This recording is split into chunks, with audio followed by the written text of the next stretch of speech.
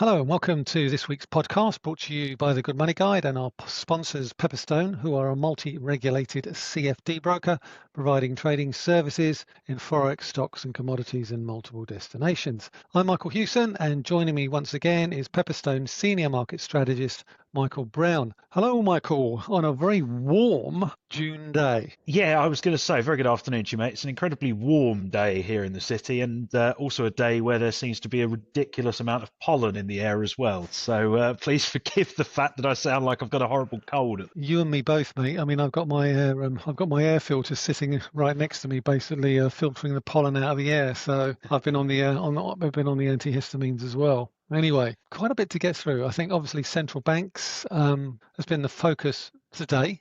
hmm Obviously, we've heard from Federal Reserve yesterday, and we heard from the Bank of Japan earlier in the week. Also, the Swiss National Bank and the Norges Bank, who surprised to some extent, I think, by cutting their Yes. benchmark rate, and obviously the Bank of England. Before we get into that, any initial thoughts about all of that? I mean, I guess certainly no surprises from the FOMC, certainly no surprises from the BOE either. Some would argue the vote split, but the actual policy decision bang in line with expectations. I guess the big takeaway is that the Norges Bank were sort of the last bastion of hawkishness in G10, and now they've thrown in the towel as well.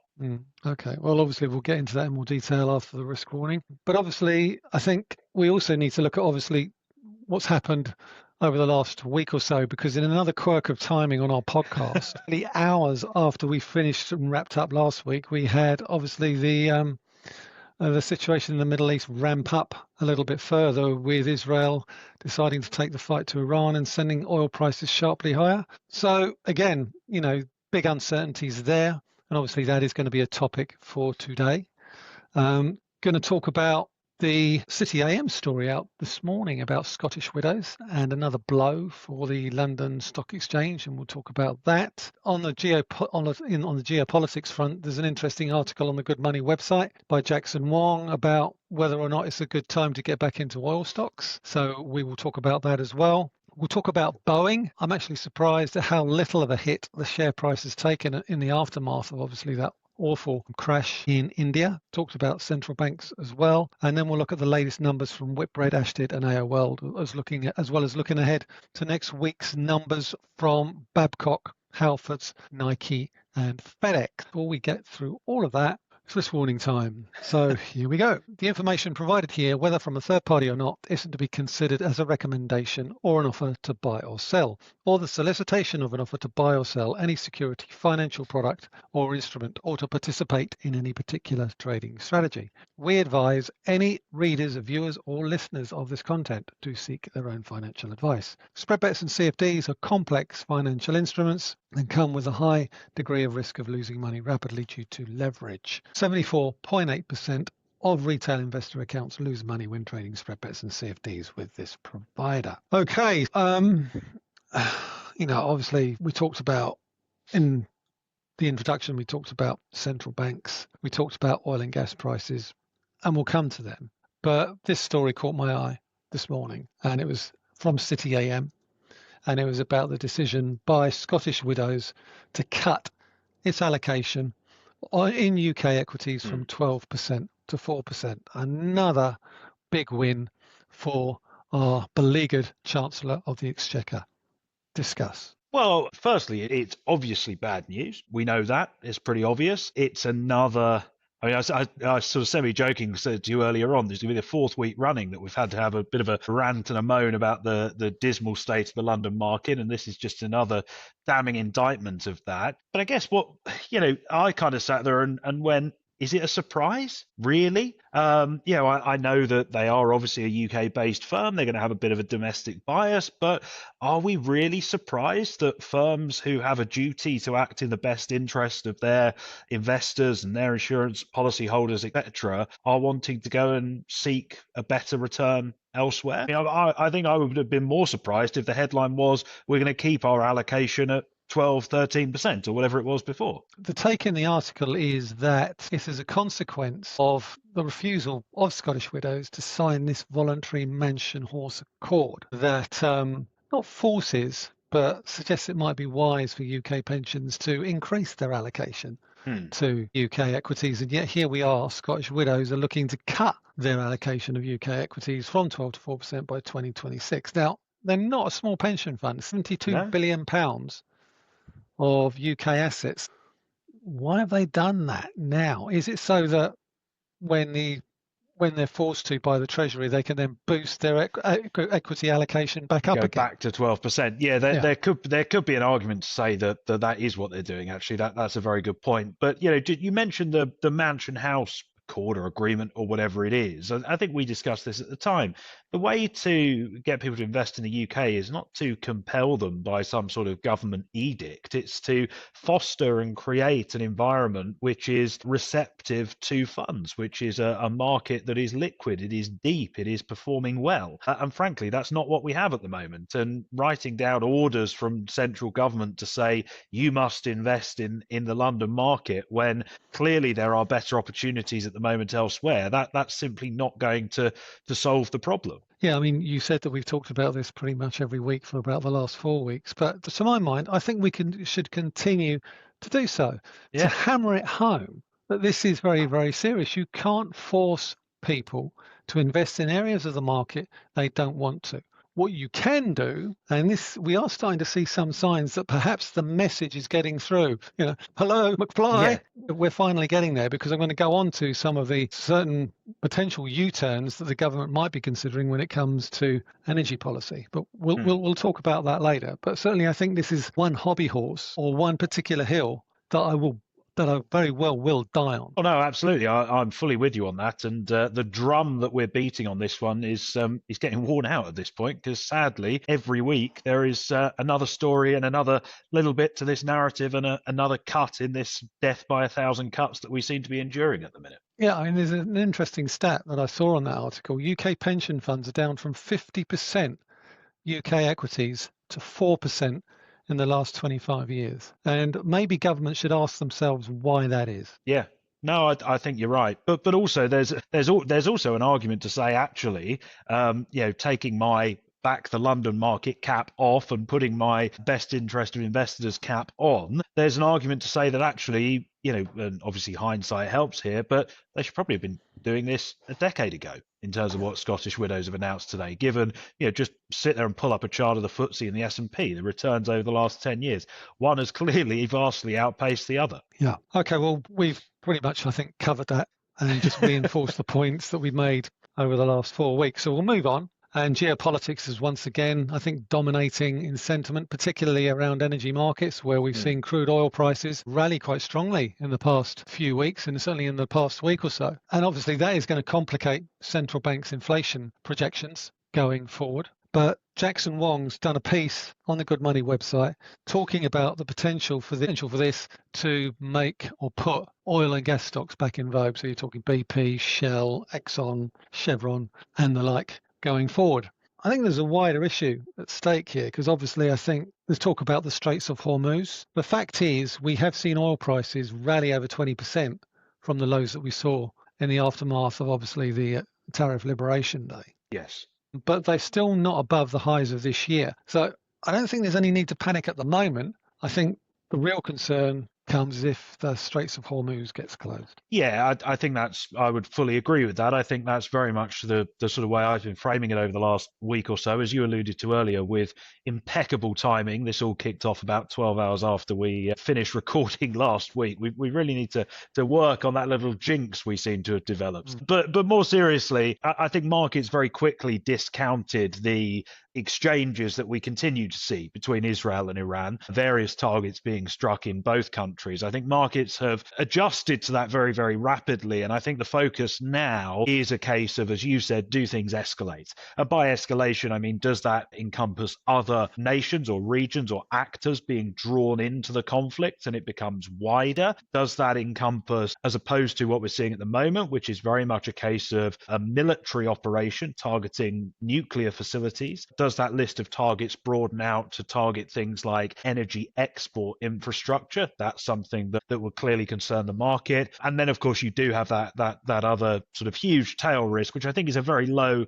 probability outcome of if there is a blockade of the Strait of Hormuz, then that's clearly a major issue, and Brent is probably north of $100 a barrel in the blink of an eye. But I think for the time being, the market has probably priced an adequate degree of risk premium when you look at crude. And it's really a case of now waiting and seeing what happens next. Clearly, the situation is still very, very volatile, very unpredictable, and very fluid. Yeah, I think the big risk, as I see it, is that the Iranian regime, if they feel that they're cornered, they may feel that ultimately they have nothing to lose. They haven't got any friends in that area. If the US does decide to help the Israelis with the bunker busting bomb, that we could find ourselves in a situation which could see oil prices go sharply higher very, very quickly. And I think that's the key tail risk for me. If the Iranian regime feels that it has no stop loss, if you like, no.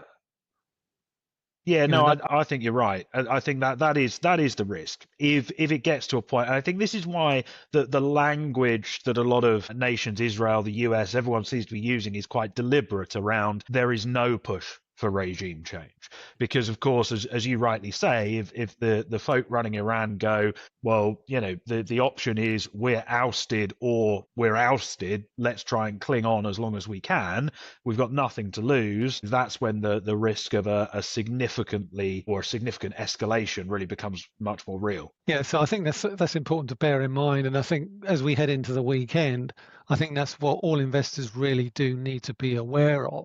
If you've got any short-term positions that you're currently uncomfortable with, maybe it's not a good idea to run them over the weekend. Yes. Because generally that's when flare-ups tend to happen. And I think the US is expected to make some sort of decision on that over the course of the next few days. And obviously we've got the weekend coming up. So yeah.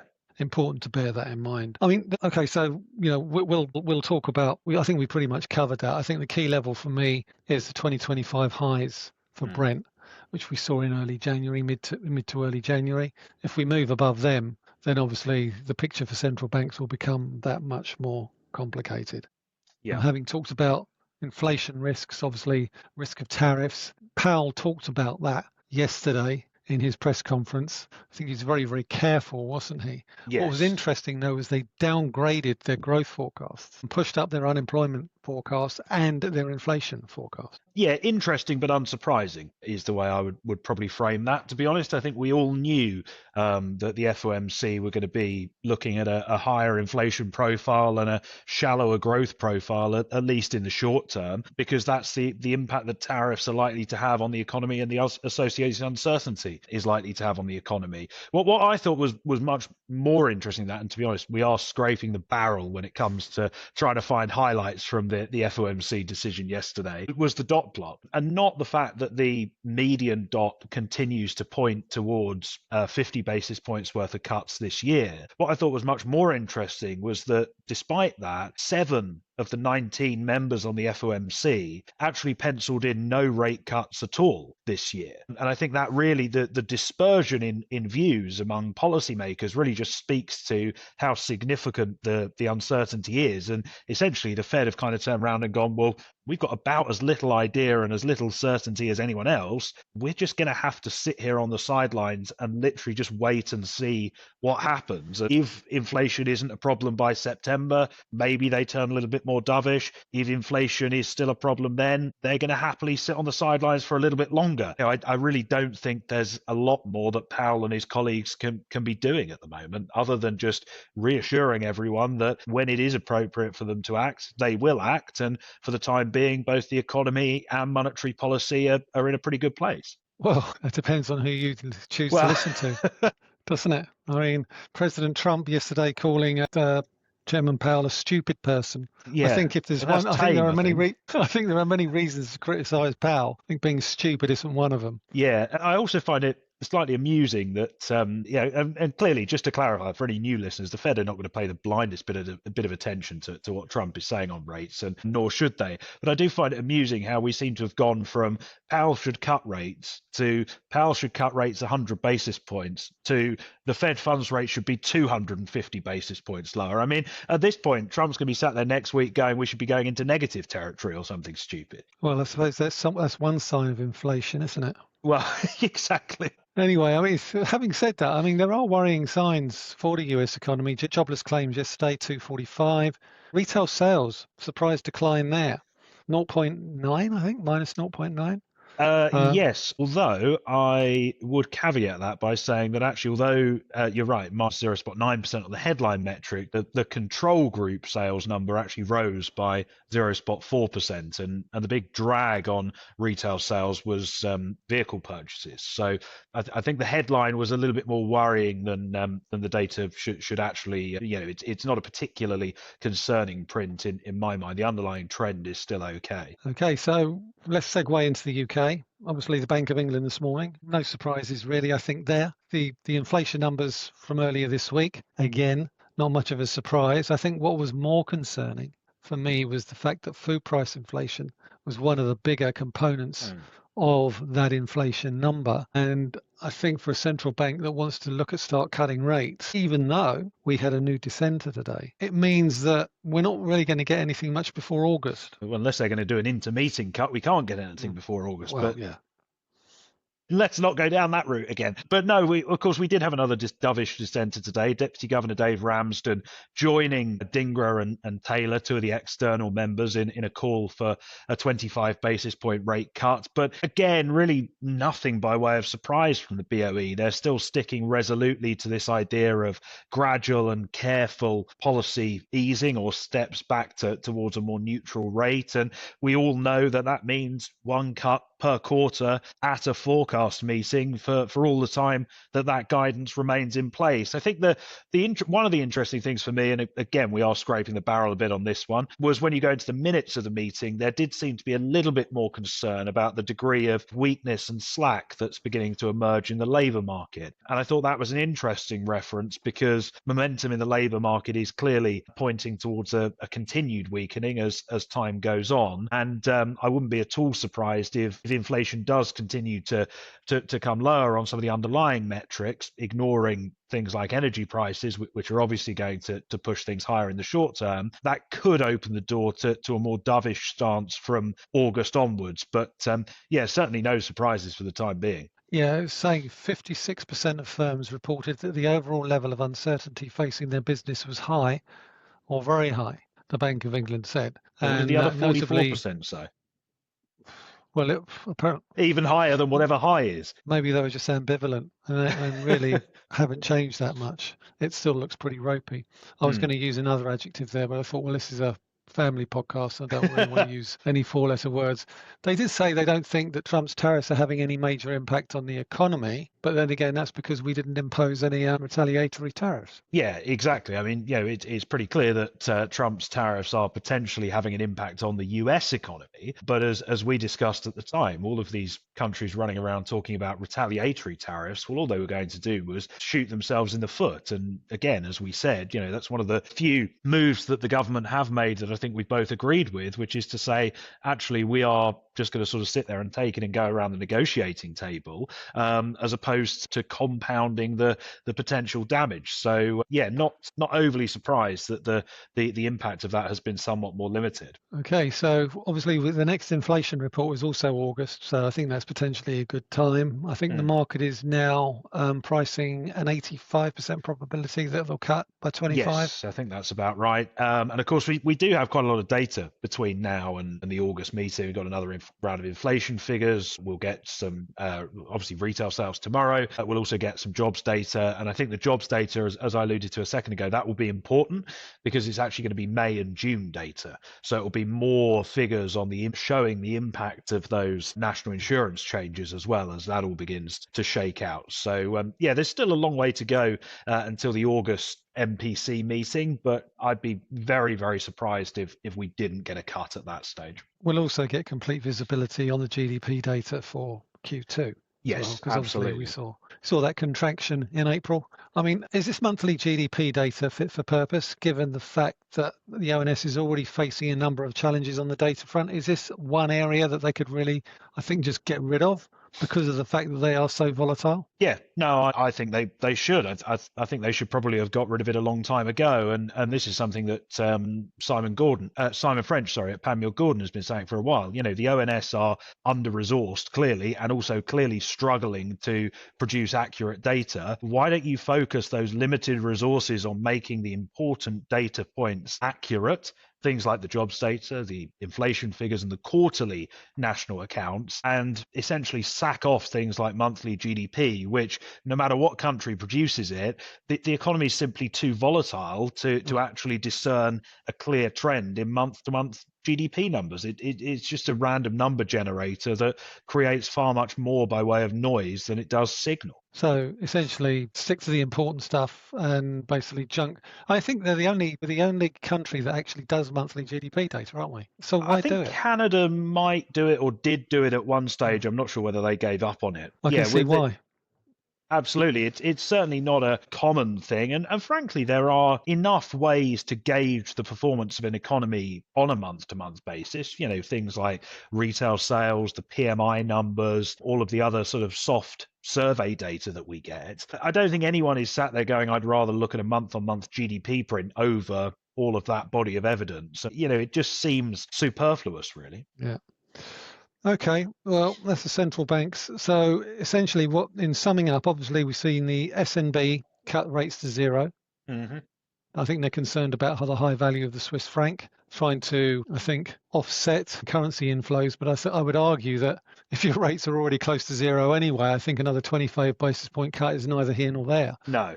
They're not really interested in the return. They're just interested in putting their money somewhere more stable. Yeah, I think you're absolutely right. And actually, I'm just pulling up the charts in front of me now, but I'm pretty sure that at least parts of the Swiss government debt curve are already negative anyway. So their moves really don't make particularly much by way of significant difference. It's a case of, as you alluded to, investors are looking for a return of their capital as opposed to a return on that capital. It's a case of we're worried more about safety than any particular profit that could be generated. Okay, especially given the fact that the Swiss franc is near 20-year highs against the dollar. Yeah, I guess the question with the SMB is, you know, they're at zero now. They can go to minus a quarter in September at their next meeting if they wanted to. But we've been there before.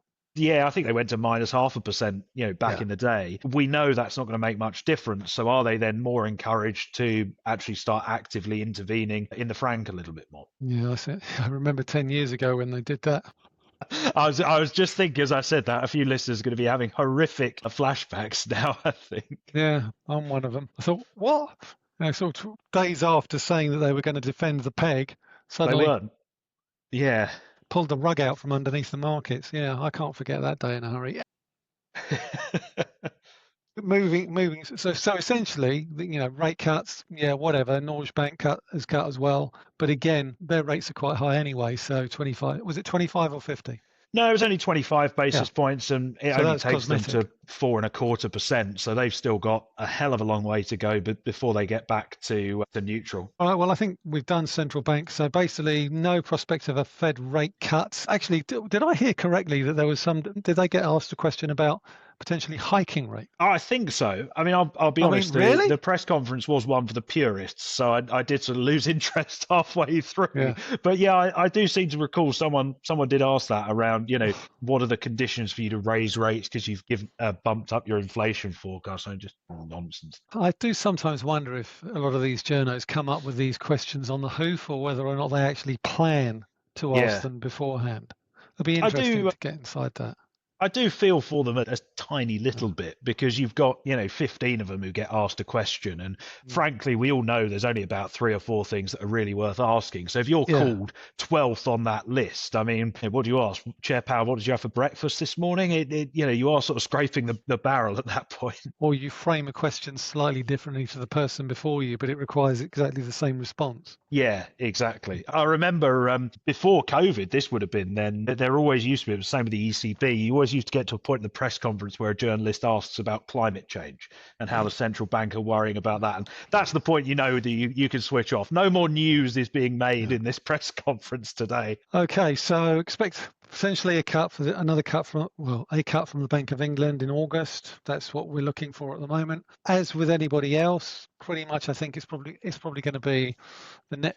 Might we get a move from the Fed in September? I don't Depends on think July the so. 9th, I guess. Well, yeah, exactly. And that is sneaking up on us bloody quickly as well. That's only about 3 weeks away. But I struggle. I think December is still when we get the next cut, and it will just be 25 basis points this year. But yeah, the risk to that is skewed to a dovish outturn, I think. Yeah, I mean, bond markets are still behaving fairly well on the back of this week's meetings. Stock market's also holding up surprisingly well, despite the deterioration in the geopolitical outlook. Obviously, that could change over the weekend. But we have seen them a little bit softer, but certainly nothing to really, I think, be concerned about. No, absolutely. And I think that goes back to what we were saying earlier on. Markets very quickly discounted conflict, essentially, be it between Israel and Iran, and have discounted that and moved on. And the bull case is still one around earnings remaining solid, the economy underlying growth is still solid, and the market is still banking on progress being made towards trade deals in some form. There was a little bit of reporting earlier in the week that went under the radar that the US is going to likely extend the pause on China tariffs from mid-August for another 90 days. So everything is still, that 9th of July risk is looming, but everything is still pointing towards that peak of uncertainty and chaos being far behind us at this stage. So we'll still be in the tariffs waiting room on July the 10th, I would imagine. I would imagine so, yes. That can is almost certainly getting kicked down the road once again. Okay, let's move on to Boeing. I've actually been surprised at how restrained the movement in the share price has been, but it's certainly another problem that really beleaguered management don't really need, on top of obviously the 737 MAX 8. They've recently settled a lawsuit in respect of that, which cost them over $1 billion. And now we've got concerns over the 787 Dreamliner.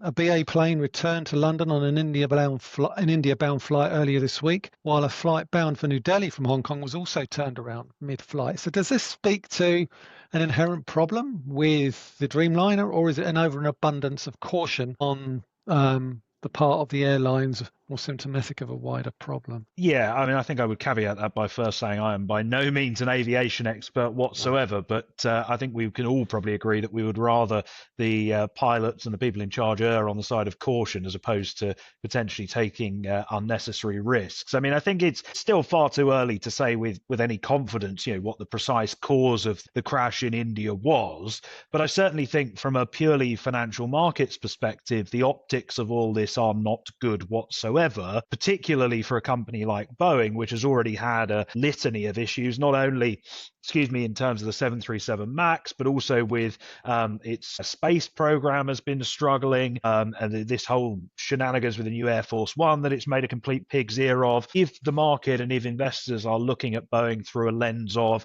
effectively everything this company touches goes wrong, well, recent developments, whether it be factually proven or not, recent developments do sort of tend to strengthen that case, and it ends up with the market running away with itself. Yeah, I think it's interesting that the share price reaction for General Electric, whose engines powered that particular plane, have seen a similar sort of hit to them. And I think there's a school of thought here that suggests that while it may not be Boeing's problem, it could actually become General Electric's problem, depending on the findings of the black box investigations. Yeah, and of course it will take weeks, if not months, for the full findings of that investigation to become clear. But I think one outcome, as you say there, that the market is kind of beginning to mull over is the possibility that not only is it a General Electric issue, but does that lead to remedial action having to be taken with regards to other engines of the same type that are flying around on other jets? What impact does that have, not only in terms of remedying the problem, if there is a problem,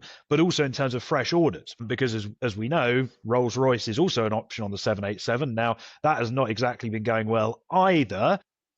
but there is competition there, and that's something else that the market will be just beginning to have at the back of its mind, I think. And there's a bit of a theme developing here because obviously we talked about Wizz Air last week, and they had problems with their Pratt and Whitney engines. So it's a real concern going forward. I mean, why all of a sudden are we getting problems with these engines? Well, as I say, I'm not an aviation buff, but is there some sort of issue more broadly in terms of manufacturing? Is too much trying to be done too quickly in too short a space of time, or is it purely just coincidence? And we're just seeing a lot of this happen at the same time. I'm not qualified enough to know the definitive answer to that, but certainly wouldn't just rule out the fact that it is pure chance that we've had 3 or 4 of these headlines in the space of 3 or 4 weeks. I mean, I have to say I've flown on a Dreamliner 787, not with any of the airlines just mentioned, when we went to the States in January, February, and I got to say it was a very pleasant experience. I hasten to add, I don't know what engines were flying that particular Dreamliner. I'm hoping it was the Rolls-Royce ones, but yeah, I mean, it's certainly, I think, an interesting dynamic, and I have to say, given the fact that I'm going to the US in August, I'm going to be paying much more attention to the type of plane I'll be flying on. Yes, I'm sure you will. Anyway, let's move on to the earnings front. It's been a fairly low-key week, I think, in terms of earnings absolutely. Coming into the dusk of earnings season, if you like, that sort of slack period, isn't it? Almost. Yeah. We've had numbers from Premier Inn owner Whitbread this morning, and I got to say they weren't particularly great for the first quarter. Like for like, UK sales fell 3%. Smaller German business improved, but it's such a small proportion of its revenue. Does that tell you anything about the UK consumer? Well, I think it could do, but also if it does somewhat buck the trend of some of the other consumer barometers that we've had. The retailers, for example, whether that be discretionary or staples, have all had very, very good starts to the year. So you could argue that there's a bit of a read across there, but I would say that actually you sort of sit there and go, well, is it they're bucking the trend? Does that mean that there's something more specific with Whitbread that's the issue, as opposed to a sort of general theme? If consumers' spending and sentiment more broadly have been utterly dire, yeah, fine, we can sort of brush it under the carpet and move on. Here's the way I see it, Michael. People are staying at home. They're not basically booking trips away. First quarter revenue for UK fell 5.4% to 648.2 million. That's quite a sizable fall. Yeah. And also there was a 16% decline in food and beverage sales. So people are just paying for accommodation only. Maybe there's some, sort of consumer dynamics taking place where people are preferring to stay at home, have barbecues and what have you because of the nice weather in the first quarter of this year, and decided to forego these sort of weekend breaks, if you like. And I know some smart Alec is going to say, well, weekend break in a Premier Inn, you're having a laugh, aren't you? But ultimately they're still fairly cheap. Yeah, and actually, I've certainly never had a problem with a Premier Inn. I mean, it's not a 5-star hotel, but you certainly know what you're going to get. It's a comfortable bed, and it's usually a decent location. And if you're on a weekend break, you're not really going away to sit in a hotel room. No, you're going to see whatever you're going away for, whether it be a city or whatever. You just want somewhere nice to rest your head, so to speak. Exactly that. Ashtead still on course to remove their primary listing. Sorry to interrupt you there. Just going back to what we said earlier, we've got a new insult for Powell. Apparently he is, and I quote here from you-know-who, he is truly one of the dumbest and most destructive people in government, and the Fed board is complicit. I mean, that's really going to make him do your bidding, isn't it? Absolutely. Yeah, I'm sure we're going to get a cut right now that he's tweeted. Yeah. Oh no, I'm really, really worried about the president calling me dumb. Yeah. What I'm going to do now is something even dumber. Yeah. I'm going to cut rates. I mean, that's the sort of thing. I hesitate to say it's the sort of thing you hear in a school playground. Oh, it is. It is. It's sort of school bully, effectively, that's going on here. Anyway, sorry to interrupt you there. That just popped up on my phone here. All right. Well, we're talking about Ashtead. When I looked at the numbers, I was actually surprised at how little business they do here in the UK. $107 million came from its UK operation out of a bit of revenue of 10.79 billion.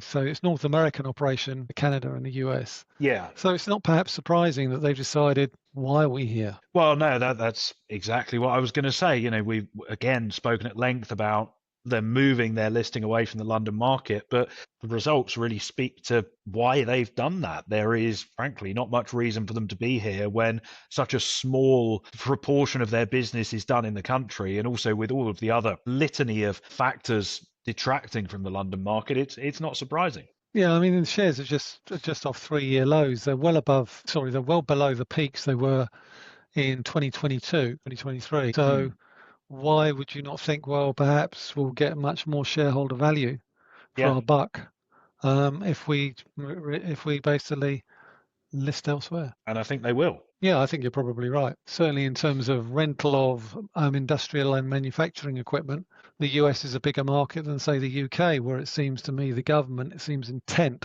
on hollowing out our manufacturing base. But Yeah. that's a story for when we're going to talk about the week ahead, because we've got PMIs next week. So I'll come on to that. I'll keep my powder dry on that one. AO World, appliances online, otherwise as they are known.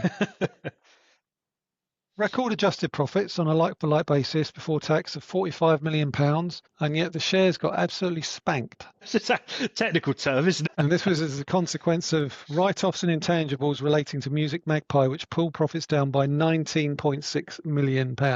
These are one-offs, so they're unlikely to be repeated. Their guidance is unchanged at between 40 and 50 million for 2026. Revenues were higher by 9%. I don't think there's really an awful lot to dislike about these numbers, apart from the fact that perhaps pretty much all priced in, and we have seen a little bit of a recovery today. They're no lower than they were. They're no lower than they were at the lows from yesterday. Yeah, I was going to say they've just sort of stabilised at or around those lows that we saw yesterday, and yeah, maybe it is just a case of it was all in the price in advance of the earnings. They, as you said in your note, the other thing that they did was just reiterate their guidance. Maybe the market was looking for a little bit of an upgrade there, but in terms of the figures themselves, really not too much to moan about. I think they're in a much better place than they were, say, 2 years ago. Yeah. When they were suffering quite a lot, and ultimately their chiefest competitor is Currys. So, and I have used appliances online when we were basically having our kitchen done. I think I ordered a fridge freezer. Got no complaints about it, apart from the fact it's a bit noisy. And I'm not sure that's their fault, mate, if I'm being completely honest. Exactly. Anyway, so that sort of wraps up, I think, pretty much everything that we wanted to discuss for this week. I think looking ahead to next week, it's a fairly light docket. Coming to month end as well, we've got final iteration of first quarter GDP out of the UK. What a treat that is for 7 o'clock on a Monday morning or whatever. Flash PMIs for the UK and Europe, and US personal income and spending / PCE for May. Now, the one thing I like to say about the US numbers is that maybe there's an abundance of caution amongst Fed policymakers, because for the past 4 or 5 months, personal income has been much stronger than personal spending, which suggests to me that the slowdown in retail sales is very much a process determined by the consumer through basically building up their savings in the event of an economic slowdown. It's not indicative of a slowdown, it's indicative of caution because of the uncertain backdrop that we're seeing. Yeah, consumers effectively building up a buffer, basically going, I'm not sure what's going to happen next, so I would rather have that cushion and not need it than not have the cushion and then potentially need it. I think that's a very interesting one. In terms of the PCE inflation metrics, Chair Powell helpfully told us what they were going to be at his press conference last night, with headline PCE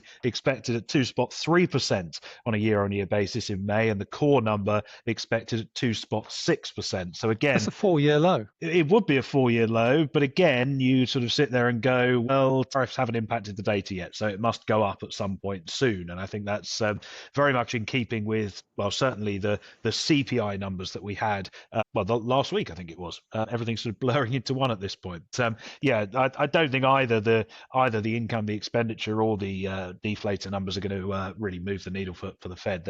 They're on the sidelines. So first quarter GDP out of the UK, 27th, not really expecting any changes to that, 0.7. And I think that's... Go on. Well, I was going to say, and I said this about the US data earlier in the quarter, there's maybe the potential for a bigger revision than we'd normally expect, just because of how volatile everything was. With the ONS, it could go anyway. Flip a coin then. Yeah, okay. But just given how volatile all of the import were.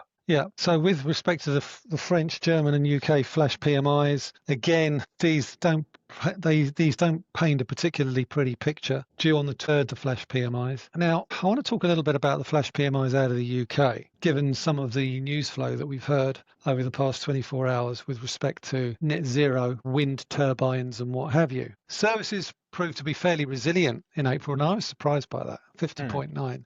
But it's manufacturing that's really been struggling. And is it really any surprise when UK manufacturing has the most expensive energy prices in Europe as a consequence of the government net zero policies, right? Here's the kicker. Only this week, Wigan-based Electric Glass Fibre UK announced it was closing due to high energy costs and an inability to compete against Chinese imports. Now, do you know what this company does, Michael? Go on. I have a feeling you're going to tell me what they do, Mr. H. Blades for wind turbines. Oh, for God's sake. Which we need for net zero. But because energy prices are so high and because of the government's policies on net zero, they are not viable. They make components for wind turbines and electric cars, amongst other things. So essentially, this government's drive towards net zero is driving renewables companies out of business. Slow hand clap. Brilliant policy by our clown in chief, Ed Miliband. I could go further. Okay. Oh, gosh. I could go further. What else have we got? Another factor that investors might want to consider with respect to the oil price story is that Ed Miliband is now considering reversing the decision to ban new drilling in the North Sea after Rosebank and Jackdaw were blocked by legal action, and which he supported. So reality is coming home to bite our energy secretary in his behind. Yes, I mean, that's all just beyond parody at this point, isn't it? I think that speaks for itself, to be honest. And if I say anything, I'm probably going to get in trouble. I fear. So I'm going to keep stum. Our resident clown in chief, Ed Miliband. Well, which one? Well, yeah, I suppose there's a long story, but I think that just speaks to the complete incoherence of UK energy policy at this point. Yeah. Because ultimately, I think, if you want to drive the transition to a much cleaner power system, you have to keep power prices as they are right now lower. Yeah, no, but you're absolutely spot on. And the thing is, we all know this, and we all said this, but no one seems to be doing anything about it. In fact, they're doubling down. Yeah. Anyway, so it'll be interesting to see whether or not that story about Rosebank and Jackdaw is confirmed, because I think in the context of certain energy providers like Equinor and Shell, who basically were really upset about the Rosebank and Jackdaw decision, which the previous government approved, by the way. It'll be interesting to see whether or not they do pass legislation to allow those fields to go ahead. But I think the damage has already been done because of the delay. No, I think you're absolutely right. And there's a lot of talk about this in the media at the moment about the number of U-turns that are being done. But you're absolutely right. I think it's a case of, even if there is a U-turn now, we've missed the boat. Essentially, you're shutting the stable door after the horse has bolted. It's like another story about an exodus of wealth out of the UK because of these various non-dom and inheritance tax changes. Again, I think that door has slammed shut. They have gone, and even if they do a U-turn, be too little, too late, because ultimately what it means is that they've destroyed trust. Yeah, the capital has gone, the trust has been destroyed, the credibility has been eroded, and that's not going to come back anytime soon. Anyway, on a more optimistic note, we've got some fairly, hopefully positive earnings announcements due out next week. We've got full year numbers from Babcock, who are one of our biggest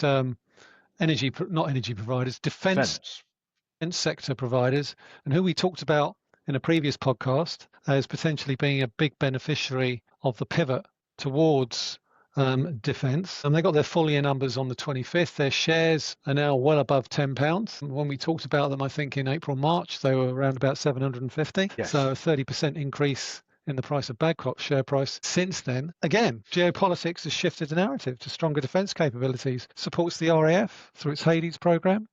Yeah. Anything you want to sort of talk about with respect to Babcock? Well, no, I think it's very much a case of, again, we all know that defence spending is going to increase significant. Well, it is increasing significantly. It will continue to increase. Although I would just say on that, actually, there was an interesting headline today. Apparently, Spain are looking to get in the way of and potentially block this 5% of GDP defense spending target that NATO are trying to achieve. I think the actual line I saw was something along the lines of, we shouldn't increase our spending, but everyone else should. Not sure that one's going to fly, guys, given the way that Trump is operating.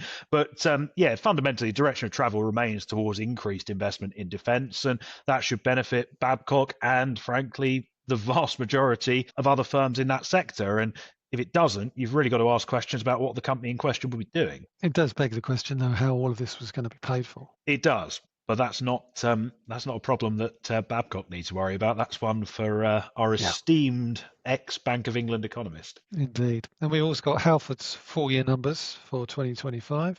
They've had a fairly decent share price performance over the course of the past few weeks. We had a big jump in early April. It's basically investors basically hopped on the bike and pedaled away. But top end of guys. Sorry, even for you, mate, that was a bit strained, I think. Yeah, it's a bit forced, that one. It does have a dual business model of auto centres and obviously cycling. Seen a strong end to the year. Its shares have taken a fairly decent move higher. They're at their highest levels since early 2024. So they're at around about 15-month highs. You have to question whether or not an awful lot of the good news is already priced in. Yeah. I think the other thing with that is it will be, as we were alluding to earlier, a good sort of barometer of retail sentiment and consumer spending a little bit more broadly as well. Yeah, certainly in terms of auto centres, but also in terms of cycling. I think cycling makes up, I think it's a pretty close split between the two, actually. And they said that they are having to absorb higher costs of £23 million as a result of the recent budget. Where have I heard that before? Well, I was going to say, join the club. I think every business in the country is on that on the same. Okay, and then we've got, well, obviously with US markets closed today, we're going to finish off with FedEx and Nike. And no, I'm not going to be making any jokes about will it be able to deliver or anything like that. So. I've actually written that down next to just to remind me to make the pun. So basically, FedEx is saying they expect full-year revenues to be flat. Yeah. But I think what's interesting for me is what will their guidance be? Yeah. Going forward, because obviously it's not just about moving stuff around the country. It's also about companies moving freight. Yeah. Across the country. But again, here, I think you could actually see a fairly strong quarter.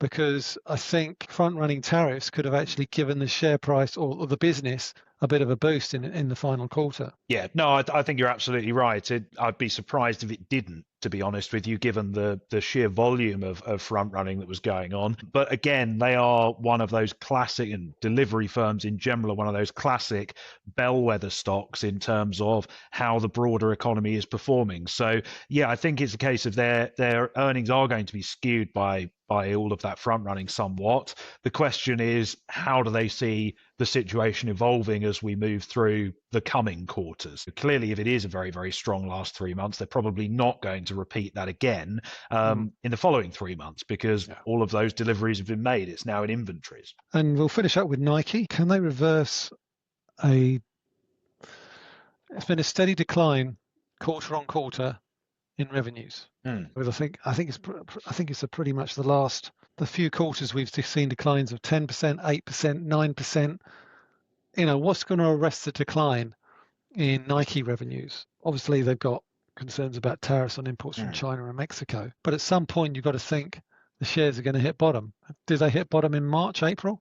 We've seen a rebound since then, but overall, the dynamics don't look particularly positive for Nike. No, it doesn't look great, to be completely honest with you. And even though we did bottom out in that sort of post-Liberation Day period over the last kind of fortnight or so, we've been on the slide once more. So anyone who's saying we have bottomed out may be getting a little bit nervous on that front. Again, you know, as you say, revenue has been declining for quite some time anyway. Now they got the issue of tariffs to deal with on top of that. And if as you were rightly saying earlier, we're seeing US consumers perhaps looking to build up their savings as opposed to spending, are they going to be going out and buying all their Nike trainers and other sportswear? Potentially not. So it's a business where there's plenty of headwinds at this moment in time, and little sign of them abating. Q3 revenue declined 9%, Q2 8%, Q1 10%, Q4 are expecting a decline in the mid-teens, 14 to 15%. Yeah. I mean, worst quarter of the fiscal year. So that rather begs the question is, how much worse can it get? Or Yeah. are we due for a bit of a rebound? Well, Again, we won't know until after July the 9th. I was going to say exactly that. We simply will not know because and actually, in the case of Nike, we probably won't know until mid-August, because that's when the China pause expires. All right. Well, I think we've pretty much wrapped everything up that we wanted to talk about. Got any other things you might want to bring up that we haven't covered? No, Bee in your bonnet? I think that's everything, to be honest with you, apart from, of course, the standing warning around geopolitics and how fluid the situation is, and particularly the fact that we are likely to see, I would imagine, some fairly, if it hasn't happened already, of course, with the US out today, but some notable squaring up of positions and perhaps some demand for havens such as gold as we move into the weekend. I think market participants are going to be braced for potential escalation and subsequently for some potential gapping risk on Sunday night, Monday morning as well. I think it's also important to mention that we are coming towards the end of the month, but also the end of the quarter. Yeah, and the end of the half as well. Yeah. Where the hell have 6 months gone? I do not know. I know. I was just thinking last night when I was sitting up here doing my sort of prep for this podcast at 9:30, and it was still daylight outside, and I'm thinking, this is nice. I could see the sun, the sky pink in the background, thinking, it's just nice to be able to sit in daylight at 9:30 at night. Well, I don't want to rain on your parade too much, but after Sunday, the days will be getting shorter again, so enjoy it. You had to say it, didn't you? You just had to say it. I was thinking it, but you had to say it. And on that note, ladies and gentlemen, on that bombshell, we'll call it a day for this week. So once again, thanks very much for listening. Any comments or what have you? Basically, put them in the comments below, and we'll try and respond to them if appropriate. Indeed. Anyway, that's it. Thanks very much for this week, and let's speak to you all same time, same place next week.